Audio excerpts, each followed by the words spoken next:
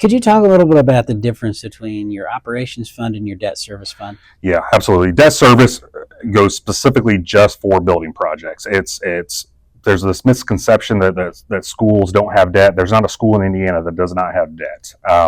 The way Indiana's funding mechanisms are made up, schools have to issue bonds, similar to municipalities and local government. You have to issue bonds. You pay on those bonds over the course of 10, 15, 20 years, similar like you would for a mortgage on a house.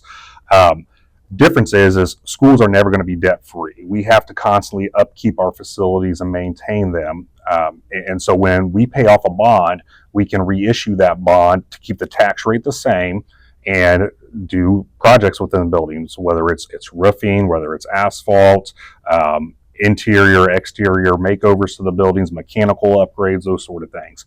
Operations fund gets a little bit more complex. It's based upon the MLGQ. You can get schools can't gain more than 4% on an annual basis in that operations fund. For us, we only generate about $2.2 million per year in local revenue through our operations fund. That goes for day-to-day operations. That's paying salaries, utilities, maintenance, pay salaries for bus drivers, non-teaching staff. Non-teaching staff, yes. Bus drivers, pays my salary, pays Mr. Quaterer's, Jill Townsend's salary. That's what goes into that bucket there, non-teaching staff.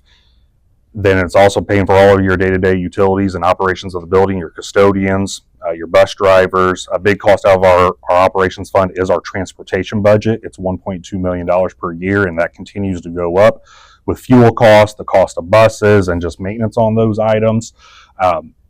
We need about $5 to $5.5 million in our operations fund in order to just operate on a day-to-day basis.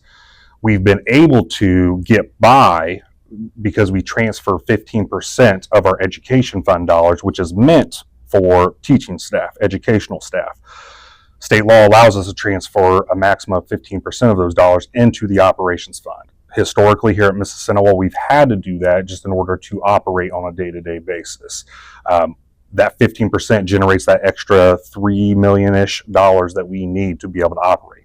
Now, when you look at Senate Enrolled Act 1, losing $1.5 million due to Senate Enrolled Act 1 by 2028, we have a significant shortfall in our operations budget at that point in time. And so that makes it a struggle. So operations fund, that's money we generate every year.